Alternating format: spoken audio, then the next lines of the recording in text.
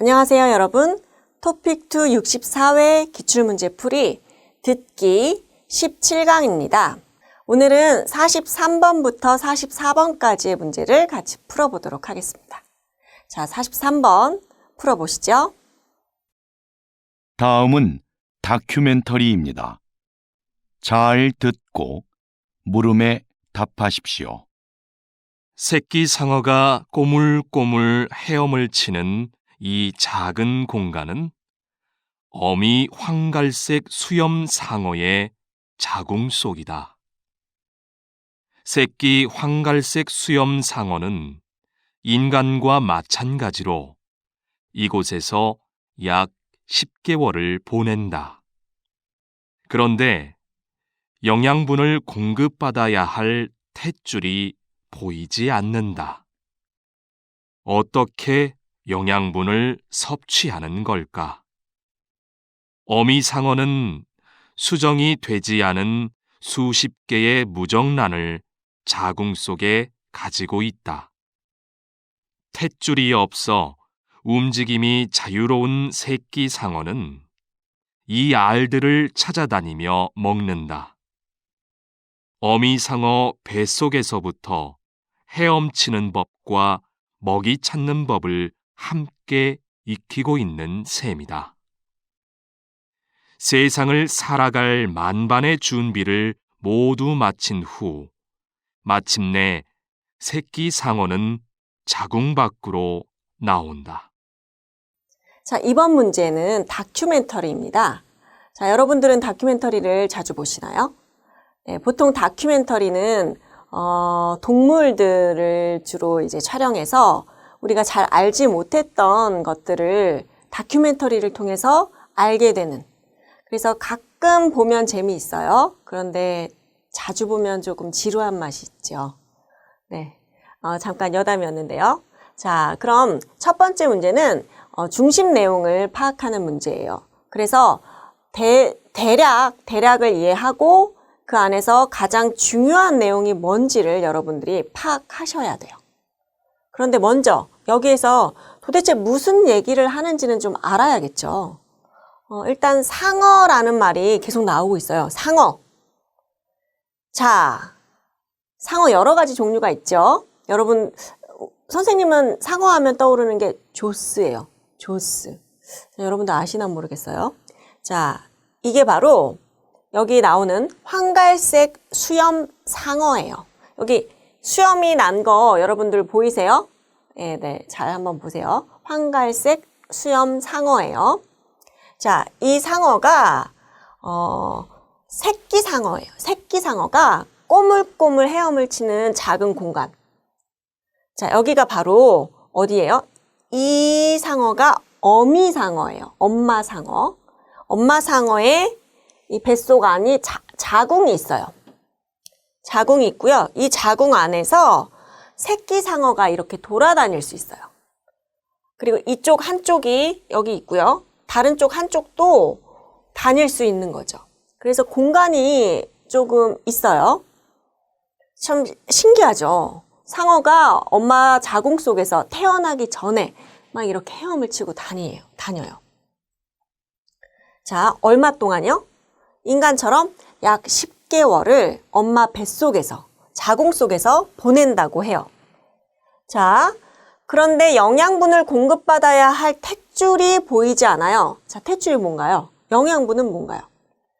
자, 보통 우리가 영양분은 어떻게 공급을 받죠? 음식을 먹음으로써 우리가 영양분을 공급을 받을 수 있어요.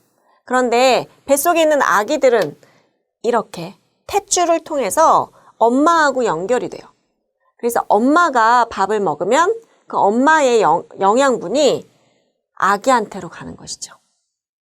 우리는 이렇게, 인간은 이렇게 하는데 이 새끼 상어는 보세요. 이렇게 탯줄이 없죠.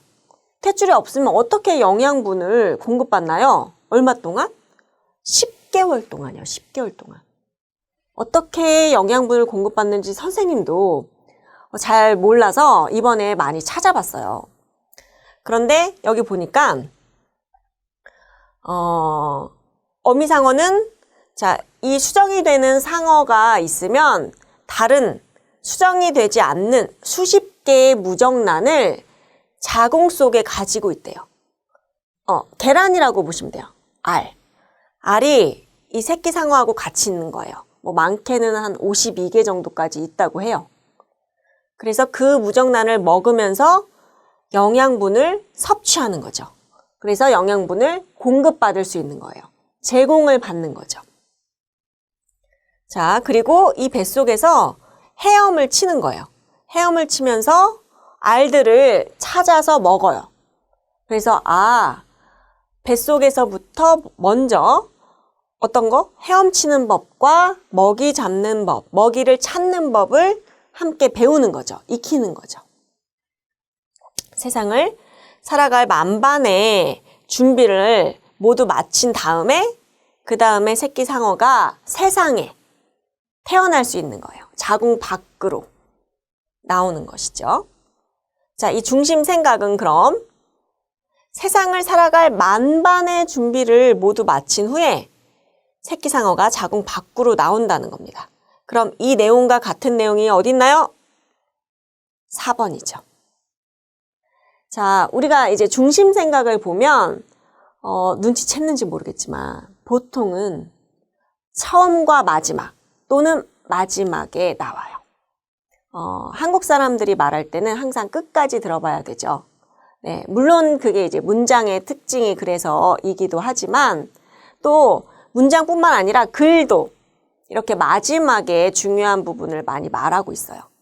그래서 여러분들이 물론 어렵겠지만 처음에 놓쳤어도 끝까지 한번 잘 들어보세요. 그리고 거기에서 내용을 찾아서 보기와 비슷한 내용이죠. 같은 의미인데 다르게 표현한 것들을 찾아내시면 문제를 풀 수 있을 겁니다. 자, 그럼 계속해서 다음 문제를 한번 풀어보도록 합시다. 다시 들으십시오. 새끼 상어가 꼬물꼬물 헤엄을 치는 이 작은 공간은 어미 황갈색 수염 상어의 자궁 속이다. 새끼 황갈색 수염 상어는 인간과 마찬가지로 이곳에서 약 10개월을 보낸다. 그런데 영양분을 공급받아야 할 탯줄이 보이지 않는다. 어떻게 영양분을 섭취하는 걸까? 어미 상어는 수정이 되지 않은 수십 개의 무정란을 자궁 속에 가지고 있다. 탯줄이 없어 움직임이 자유로운 새끼 상어는 이 알들을 찾아다니며 먹는다. 어미 상어 뱃속에서부터 헤엄치는 법과 먹이 찾는 법을 함께 익히고 있는 셈이다. 세상을 살아갈 만반의 준비를 모두 마친 후 마침내 새끼 상어는 자궁 밖으로 나온다.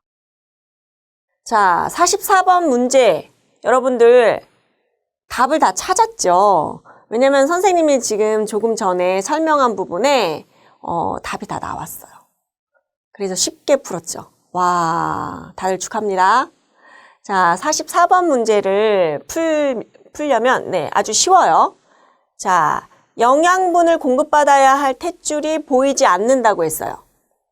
대신 무정란을 수십 개의 무정란을 자궁 속에 가지고 있어요.